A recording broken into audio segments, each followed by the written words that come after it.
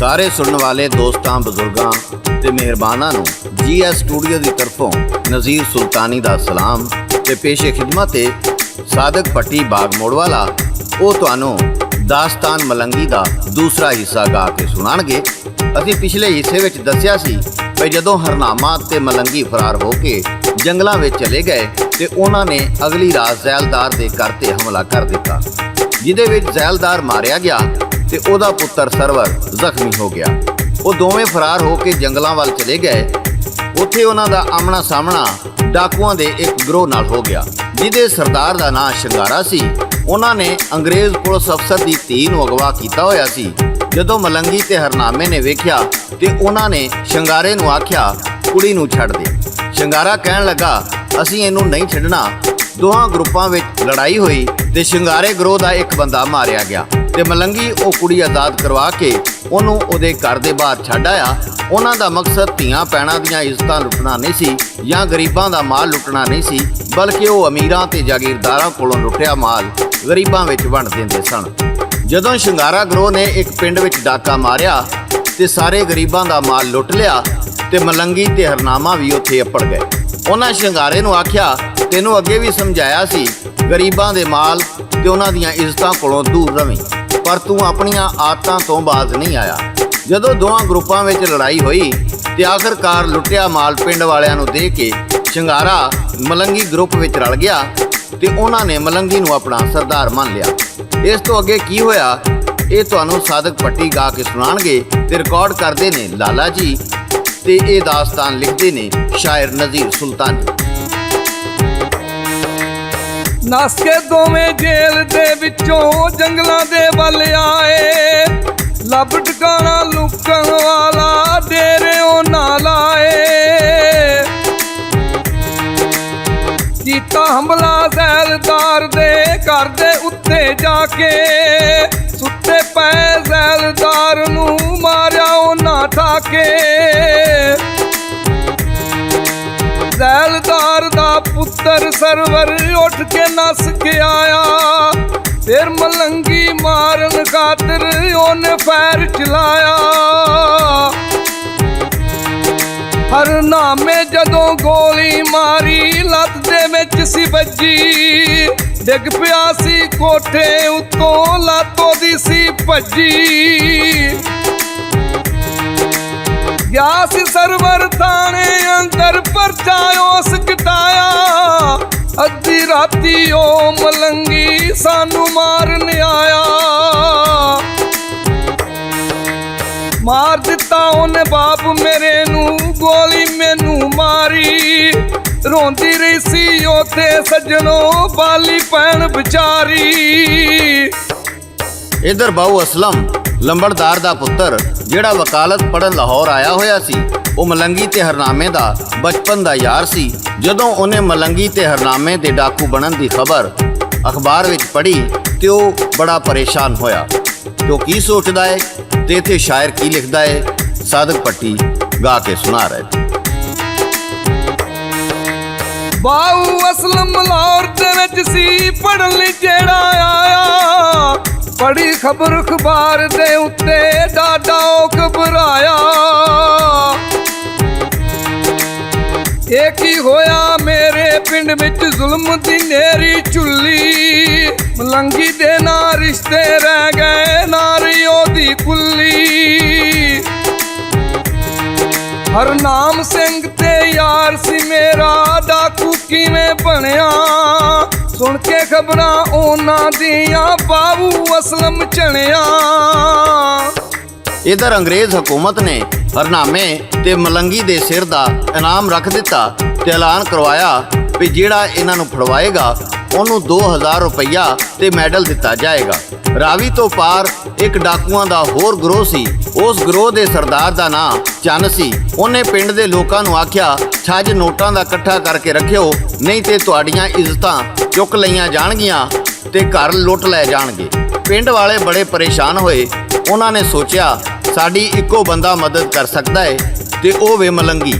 ਉਹਨਾਂ ਜਾ ਕੇ ਮਲੰਗੀ ਨੂੰ ਦੱਸਿਆ। ਉਹ ਕੀ ਕਹਿੰਦੇ ਨੇ ਸਾਦਕ ਪੱਟੀ ਪੇਸ਼ ਕਰਦਾ ਹੈ। ਕਹਿਣ ਲੱਗੇ ਉਹ ਫੇਰ ਮਲੰਗੀ ਪਿੰਡ ਤੇ ਆਫਤ ਆਈ, ਲੁੱਟਣ ਵਾਸਤੇ ਚੰਨ ਨੇ ਆਉਣਾ ਸਾਡੀ ਉਮਰ ਕਮਾਈ।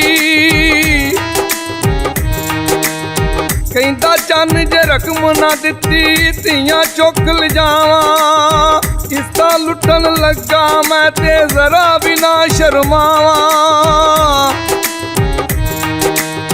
ਤੇਰੇ ਬਾਝੋਂ ਸਾਡਾ ਕਿਹੜਾ ਤੂੰ ਸਾਨੂੰ ਬਚਾਵੀਂ, ਆਵੇਗਾ ਉਹ ਲੁੱਟਣ ਸਾਨੂੰ ਫੇਰ ਤੂੰ ਪਿੰਡ ਨੂੰ ਆਵੀਂ। ਕਹਿੰਦਾ ਫੇਰ ਮਲੰਗੀ ਬਾਬਾ ਦਿਲ ਕਰੋ ਨਾ ਹੌਲਾ, ਜਿਵੇਂ ਚੰਨ ਤੇ ਮੈਂ ਮਲੰਗੀ ਏਡਾ ਕਾਦਾ ਰੌਲਾ। ਸੁਣ ਕੇ ਗੱਲ ਮਲੰਗੀ ਦੀ ਉਹ ਸਾਰੇ ਪਿੰਡ ਨੂੰ ਆਏ, ਪੈਰੇ ਪੈ ਗਏ ਅੱਧੀ ਰਾਤੀ ਡਾਂਗਾ ਕੱਢ ਲਿਆਏ। ਇੰਨੀਆਂ ਗੱਲਾਂ ਹੋਈਆਂ ਤੇ ਰਾਤ ਨੂੰ ਚੰਨ ਡਾਕੂ ਆਪਣੇ ਸਾਥੀਆਂ ਦੇ ਨਾਲ ਪਿੰਡ ਵਿੱਚ ਆਣ ਵੜਿਆ। ਉਹਨੇ ਪਿੰਡ ਵਾਲਿਆਂ ਨੂੰ ਆਖਿਆ, ਤੁਹਾਨੂੰ ਮੈਂ ਕਿਹਾ ਸੀ ਛੱਜ ਰੁਪਈਆਂ ਦਾ ਤਿਆਰ ਰੱਖਿਓ, ਪੈਸਿਆਂ ਦੀ ਥਾਂ ਤੇ ਤੁਸੀਂ ਡਾਂਗਾ ਫੜ ਕੇ ਬੈਠੇ ਹੋ, ਤੁਹਾਨੂੰ ਆਪਣੀਆਂ ਜਾਨਾਂ ਦੀ ਲੋੜ ਨਹੀਂ। ਕਿਹੜੀ ਏਡੀ ਤਾਕਤ ਏ ਜਿਹਦੇ ਸਿਰ ਤੇ ਏਡੇ ਤਗੜੇ ਹੋਏ ਬੈਠੇ ਹੋ। ਤੇ ਇਹਨੇ ਚਿਰ ਨੂੰ ਮਲੰਗੀ ਤੇ ਉਹਦੇ ਸਾਥੀ ਸਾਹਮਣੇ ਆ ਗਏ ਤੇ ਕਹਿਣ ਲੱਗੇ, ਇੱਥੋਂ ਦਫਾ ਹੋ ਜਾ, ਨਹੀਂ ਤੇ ਅਸੀਂ ਤੈਨੂੰ ਜਾਨੋਂ ਮਾਰ ਦਿਆਂਗੇ। ਅੱਗੋਂ ਚੰਨ ਕੀ ਕਹਿੰਦਾ ਹੈ ਤੇ ਸ਼ਾਇਰ ਕੀ ਲਿਖਦਾ ਹੈ, ਸਾਦਿਕ ਭੱਟੀ ਪੇਸ਼ ਕਰਦਾ। ਮੈਂ ਬਦਮਾਸ਼ਾ ਚੰਨ ਜਵਾਨਾ ਮੇਰਾ ਨਹੀਂ ਕੋਈ ਜੋੜ, ਵੱਡੇ ਵੱਡੇ ਸੂਰਮਿਆਂ ਦੇ ਦਿੱਤੇ ਨੇ ਮੂੰਹ ਤੋੜ। ਹਟ ਜਾ ਪਿਛਾੜਾ ਮੇਰੇ ਚੋਂ ਜ਼ਿੰਦਗੀ ਦੀ ਜੇ ਲੋੜ, ਐਵੇਂ ਪਾਂਡਾ ਭਰੀ ਜਵਾਨੀ ਦਾ ਲਵੀ ਨਾ ਤੂੰ ਰੋੜ। ਅੱਗੋਂ ਕਹਿੰਦਾ ਫੇਰ ਮਲੰਗੀ ਮਾਰੇ ਹੱਕ ਗਰੀਬਾਂ, ਖਾਕ ਮਾ ਤੂੰ ਉਹ ਜਵਾਨਾ ਤੇਰੇ ਜੋ ਨਸੀਬਾਂ। ਡਾਕਾ ਨਹੀਂ ਮੈਂ ਮਾਰਨ ਦੇਣਾ ਲਾ ਲੈ ਆਪਣਾ ਜ਼ੋਰ, ਮੈਂ ਮਲੰਗੀ ਤੈਨੂੰ ਦੱਸਾਂ ਗਿੱਜਾਏ ਤੂੰ ਹੋਰ। ਇੰਨੀਆਂ ਗੱਲਾਂ ਤੋਂ ਬਾਅਦ ਚੰਨ ਬਦਮਾਸ਼ ਕਿਸੇ ਗੱਲ ਤੇ ਨਾ ਆਇਆ ਤੇ ਉਹਦੇ ਸਾਥੀਆਂ ਨੇ ਮਲੰਗੀ ਗਰੁੱਪ ਤੇ ਗੋਲੀ ਚਲਾ ਦਿੱਤੀ। ਜਦੋਂ ਅੱਗੋਂ ਮਲੰਗੀ ਤੇ ਉਹਦੇ ਸਾਥੀਆਂ ਨੇ ਫਾਇਰਿੰਗ ਕੀਤੀ ਤੇ ਚੰਨ ਬਦਮਾਸ਼ ਮਾਰਿਆ ਗਿਆ। ਚੰਨ ਬਦਮਾਸ਼ ਦੇ ਸਾਥੀਆਂ ਨੇ ਜਦੋਂ ਵੇਖਿਆ ਵੀ ਚੰਨ ਬਦਮਾਸ਼ ਮਾਰਿਆ ਗਿਆ ਏ ਤੇ ਉਹ ਵੀ ਮੈਦਾਨ ਛੱਡ ਕੇ ਨੱਸ ਗਏ। ਤੇ ਖੱਤਰੀ ਲਾਲਾ ਜਿਹੜਾ ਸੂਦ ਵਿਆਜ ਦਾ ਕੰਮ ਕਰਦਾ ਸੀ ਤੇ ਗਰੀਬਾਂ ਦੀਆਂ ਜ਼ਮੀਨਾਂ ਦੇ ਕਾਗਜ਼ ਕੋਲ ਰੱਖ ਕੇ ਉਹਨਾਂ ਨੂੰ ਕਰਜ਼ੇ ਦਿੰਦਾ, ਤੇ ਜਦੋਂ ਉਹਨਾਂ ਕੋਲ ਕਰਜ਼ੇ ਨਾ ਵਾਪਸ ਹੁੰਦੇ ਤੇ ਉਹਨਾਂ ਦੀਆਂ ਜ਼ਮੀਨਾਂ ਤੇ ਕਬਜ਼ਾ ਕਰ ਲੈਂਦਾ। ਇਸ ਜ਼ੁਲਮ ਤੋਂ ਬਚਾਉਣ ਵਾਸਤੇ ਮਲੰਗੀ ਤੇ ਹਰਨਾਮੇ ਨੇ ਇੱਕ ਦਿਨ ਸੋਚਿਆ ਕਿ ਲਾਲੇ ਕੋਲੋਂ ਲੋਕਾਂ ਦੀਆਂ ਜ਼ਮੀਨਾਂ ਦੇ ਕਾਗਜ਼ ਵਾਪਸ ਲੈ ਜਾਣ। ਉਹ ਜਦੋਂ ਲਾਲੇ ਖੱਤਰੀ ਕੋਲ ਗਏ ਤੇ ਉਹਨਾਂ ਨੇ ਜਾ ਕੇ ਜ਼ਮੀਨਾਂ ਦੇ ਕਾਗਜ਼ ਵਾਪਸ ਲੈ ਕੇ ਅੱਗ ਲਾ ਦਿੱਤੀ ਤੇ ਉੱਥੇ ਸ਼ਿੰਗਾਰੇ ਨੇ ਲਾਲੇ ਦੀ ਭੈਣ ਦੇ ਸਿਰ ਦੇ ਦੁਪੱਟੇ ਨੂੰ ਹੱਥ ਪਾ ਲਿਆ। ਤੇ ਮਲੰਗੀ ਨੇ ਆਖਿਆ, ਸ਼ਿੰਗਾਰਿਆ, ਅਸੀਂ ਇੱਜ਼ਤਾਂ ਲੁੱਟਣ ਨਹੀਂ ਆਏ, ਅਸੀਂ ਜ਼ੁਲਮ ਦੇ ਖਿਲਾਫ ਲੜਨ ਵਾਲੇ ਲੋਕ ਹਾਂ ਤੇ ਇਸ ਕੁੜੀ ਦੇ ਸਿਰ ਤੇ ਦੁਪੱਟਾ ਵਾਪਸ ਦੇ ਦੇ। ਇਹ ਗੱਲ ਸ਼ਿੰਗਾਰੇ ਨੂੰ ਚੰਗੀ ਨਾ ਲੱਗੀ ਤੇ ਉਹਨੇ ਉਹਨਾਂ ਨਾਲੋਂ ਆਪਣਾ ਗਰੁੱਪ ਵੱਖਰਾ ਕਰਨ ਦੇ ਵਾਸਤੇ ਜਾ ਕੇ ਸਰਵਰ ਨੂੰ ਮਿਲੇ ਤੇ ਉਹਨੂੰ ਕਹਿਣ ਲੱਗੇ, ਜੇ ਤੁਹਾਨੂੰ ਹਰਨਾਮਾ ਤੇ ਮਲੰਗੀ ਫੜਾ ਦਈਏ ਤੇ ਸਾਨੂੰ ਕੀ ਇਨਾਮ ਦਿਓਗੇ? ਤੇ ਸਰਵਰ ਨੇ ਆਖਿਆ, ਤੁਹਾਡੀਆਂ ਸਾਰੀਆਂ ਸਜ਼ਾਵਾਂ ਮੁਆਫ ਕਰਵਾ ਦਿਆਂਗੇ। ਇਸ ਤਰ੍ਹਾਂ ਉਹਨਾਂ ਨੇ ਜਦੋਂ ਸਰਵਰ ਤੇ ਮਲੰਗੀ ਨੂੰ ਫੜਵਾ ਦਿੱਤਾ ਤੇ ਉਹਨਾਂ ਸੋਚਿਆ ਕਿ ਅਸੀਂ ਆਜ਼ਾਦ ਹੋ ਗਏ ਹਾਂ ਤੇ ਉਹ ਖੱਤਰੀ ਵਿਆਜੀਏ ਦੀ ਧੀ ਨੂੰ ਜਾ ਕੇ ਚੁੱਕ ਲੈਂਦੇ ਨੇ ਤੇ ਇਧਰੋਂ ਮਲੰਗੀ ਤੇ ਹਰਨਾਮੇ ਨੂੰ ਉਹਨਾਂ ਦੇ ਯਾਰ ਫਰੰਗੀਆਂ ਕੋਲੋਂ ਛੁਡਾ ਕੇ ਲੈ ਜਾਂਦੇ ਨੇ। ਤੇ ਜਦੋਂ ਮਲੰਗੀ ਨੂੰ ਪਤਾ ਲੱਗਾ ਵੀ ਸ਼ਿੰਗਾਰਾ ਤੇ ਹੀਰਾ ਖੱਤਰੀ ਦੀ ਧੀ ਨੂੰ ਚੁੱਕ ਲਿਆਏ ਨੇ ਤੇ ਉਹਨੇ ਜਾ ਕੇ ਉਹਨੂੰ ਬਚਾਇਆ ਤੇ ਸ਼ਿੰਗਾਰੇ ਤੇ ਹੀਰੇ ਗਰੁੱਪ ਨੂੰ ਸਾਰੇ ਨੂੰ ਕਤਲ ਕਰ ਦਿੱਤਾ। ਇਧਰ ਬਾਊ ਅਸਲਮ ਵਕਾਲਤ ਮੁਕੰਮਲ ਕਰਕੇ ਵਾਪਸ ਪਿੰਡ ਆ ਗਿਆ। ਜਦੋਂ ਮਲੰਗੀ ਨੂੰ ਪਤਾ ਲੱਗਾ ਵੀ ਬਾਊ ਅਸਲਮ ਵਕਾਲਤ ਪੜ੍ਹ ਕੇ ਵਾਪਸ ਆ ਗਿਆ ਏ ਤੇ ਉਹ ਉਹਨੂੰ ਮਿਲਣ ਵਾਸਤੇ ਪਿੰਡ ਆ ਗਿਆ। ਉਹ ਇੱਕ ਦੂਜੇ ਨੂੰ ਵੇਖ ਕੇ ਬੜੇ ਖੁਸ਼ ਹੋਏ ਤੇ ਬਾਊ ਅਸਲਮ ਕਹਿਣ ਲੱਗਾ, ਮਲੰਗੀ ਇਹ ਕੀ ਹੋਇਆ? ਤੁਸੀਂ ਜਿਹੜੀ ਰਾਹ ਤੇ ਟੁਰ ਪਏ ਹੋ ਇਹਦੀ ਅਖੀਰ ਮੌਤ ਏ। ਤੇ ਮਲੰਗੀ ਉਹਨੂੰ ਕੀ ਕਹਿੰਦਾ ਏ ਤੇ ਅੱਗੋਂ ਬਾਊ ਅਸਲਮ ਕੀ ਕਹਿੰਦਾ ਏ, ਸਾਦਿਕ ਭੱਟੀ ਤੁਹਾਨੂੰ ਗਾ ਕੇ ਸੁਣਾਉਂਦੇ। ਇਹ ਕੀ ਹੋਇਆ ਯਾਰ ਮਲੰਗੀ ਬਦਲੀ ਕਿਵੇਂ ਤਕਦੀਰ, ਜਿਹੜੇ ਰਸਤੇ ਤੁਸੀਂ ਟੁਰ ਪਏ ਚੰਗੀ ਨਹੀਂ ਏ ਅਖੀਰ। ਤੇ ਅਦਾਲਤ ਦੇ ਵਿੱਚ ਜਾਵਾਂ, ਲਿਖਾਂ ਇੱਕ ਤਹਿਰੀਰ, ਰਾਜ਼ ਮਾਨਤ ਉੱਥੋਂ ਆਵਾਂ, ਛੁੱਟਣ ਮੇਰੇ ਵੀਰ। ਲੱਗਾ ਕਹਿਣ ਮਲੰਗੀ ਯਾਰੋ, ਵੇਖ ਲੋ ਕਰਕੇ ਚਾਰਾ, ਲਵੇ ਜ਼ਮਾਨਤ ਸਾਡੀ ਗੋਰਾ, ਨਹੀਂ ਖਿਆਲ ਹਮਾਰਾ।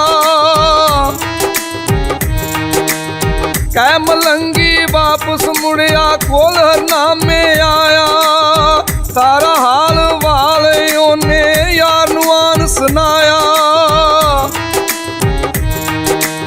ਲੱਗਾ ਕਹਿਣ ਹਰਨਾਮਾ ਚੰਗਾ, ਜਿਵੇਂ ਉਹਦੀ ਮਰਜ਼ੀ, ਹੋਵੇ ਸਾਡਾ ਯਾਰ ਪੁਰਾਣਾ, ਸਾਡਾ ਇਹ ਹਮਦਰਦੀ।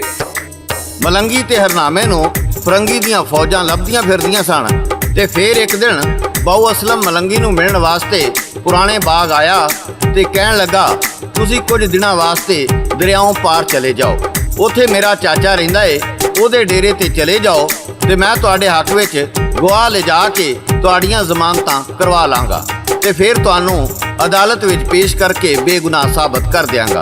ਹਰਨਾਮਾ ਮਲੰਗੀ ਤੇ ਉਹਦੀ ਮੰਗੇਤਰ ਦਰਿਆਓਂ ਪਾਰ ਚਲੇ ਜਾਂਦੇ ਨੇ ਤੇ ਫਿਰ ਕੀ ਹੁੰਦਾ ਏ, ਇਹ ਤੁਹਾਨੂੰ ਸਾਦਕ ਭੱਟੀ ਗਾ ਕੇ ਸੁਣਾਉਂਦੇ ਨੇ। ਲੈ ਇਜਾਜ਼ਤ ਅਸਲਮ ਕੋਲੋਂ ਲੰਘ ਗਏ ਉਹ ਪਾਰ, ਲੱਗੇ ਕਹਿਣ ਕਿੱਥੇ ਕੱਲਿਆ ਸਾਡੇ ਸੋਹਣੇ ਯਾਰ। ਇੱਕ ਰਾਈ ਤੋਂ ਪੁੱਛਣ ਲੱਗੇ ਮੰਜ਼ਲਦਾਰਾ, ਉਹਦੇ ਪਿੰਡ ਦਾ ਯਾਰ ਖਿਰੈਤੀ ਮਿਲਿਆ ਉੱਥੇ ਆ। ਧੋਖੇ ਨਾਲ ਸੀ ਆਪਣੇ ਘਰ ਵਿੱਚ ਉਹਨਾਂ ਨੂੰ ਲਿਆਇਆ, ਭੰਗ ਪਿਆ ਕੇ ਉਹਨਾਂ ਨੂੰ ਤੇ ਅੰਦਰ ਵਾੜ ਸੁਆਇਆ। ਜਾ ਕੇ ਸਰਵਰ ਤਾਈਂ ਉਹਨੇ ਖਬਰ ਜਾ ਸੁਣਾਈ, ਉਹਨਾਂ ਦੇ ਫਿਰ ਸੁੱਤਿਆਂ ਉੱਤੇ ਪੁਲਿਸ ਸਿਰ ਚੜ ਆਈ। ਲਾਲਚ ਵਿੱਚ ਨਾਮ ਕਿਰੈਤੀ ਖੱਚ ਬੜੀ ਸੀ ਮਾਰੀ, ਆਖਰ ਤੱਕ ਨਿਭਾਈ ਹਰਨਾਮੇ ਨਾਲ ਮਲੰਗੀ ਯਾਰੀ। ਤੇ ਇੰਜ ਉਹ ਦੋਵੇਂ ਯਾਰ ਜ਼ੁਲਮ ਦੇ ਖਿਲਾਫ ਲੜਦੇ ਲੜਦੇ ਆਪਣੀ ਜਾਨ ਦੇ ਗਏ ਤੇ ਨਾਲੇ ਜਾਂਦੇ ਦੱਸ ਗਏ, ਸ਼ੇਰ ਦੀ ਇੱਕ ਦਿਨ ਦੀ ਜ਼ਿੰਦਗੀ ਗਿੱਦੜ ਦੀ 100 ਸਾਲ ਦੀ ਜ਼ਿੰਦਗੀ ਨਾਲੋਂ ਚੰਗੀ ਹੁੰਦੀ ਹੈ। ਅੰਗਰੇਜ਼ ਦੀਆਂ ਫੌਜਾਂ ਨਾਲ ਲੜਦੇ ਹੋਏ ਉਹ ਦੋਨੋਂ ਬਹਾਦਰ ਮਾਰੇ ਗਏ ਤੇ ਮਲੰਗੀ ਦੇ ਹੱਥੋਂ ਸਰਵਰ ਵੀ ਮਾਰਿਆ ਗਿਆ ਸੀ ਤੇ ਖਰੈਤੀ ਵੀ ਉਹਨਾਂ ਦੀ ਗੋਲੀ ਦਾ ਨਿਸ਼ਾਨਾ ਬਣ ਗਿਆ। ਜਾਗੀਰਾਂ ਤੇ ਜ਼ਮੀਨਾਂ ਦਾ ਮਾਲਕ ਸਾਰਾ ਕੁਝ ਇੱਥੇ ਛੱਡ ਕੇ ਹਰਾਮ ਦੀ ਮੌਤ ਮਰ ਗਿਆ। ਸੱਜਣੋ, ਬੇਲੀਓ ਤੇ ਮਿੱਤਰੋ, ਇਹ ਸੀ ਮਲੰਗੀ ਦੀ ਕਹਾਣੀ ਤੇ ਇਹਦੇ ਨਾਲ ਹੀ ਸਾਦਕ ਭੱਟੀ, ਲਾਲਾ ਜੀ ਤੇ ਸ਼ਾਇਰ ਨਜ਼ੀਰ ਸੁਲਤਾਨੀ ਨੂੰ GS ਸਟੂਡੀਓ ਦੀ ਤਰਫੋਂ ਇਜਾਜ਼ਤ ਦਿਓ। ਅੱਲਾ ਬੇਲੀ, ਅੱਲਾ ਬੇਲੀ, ਅੱਲਾ ਬੇਲੀ।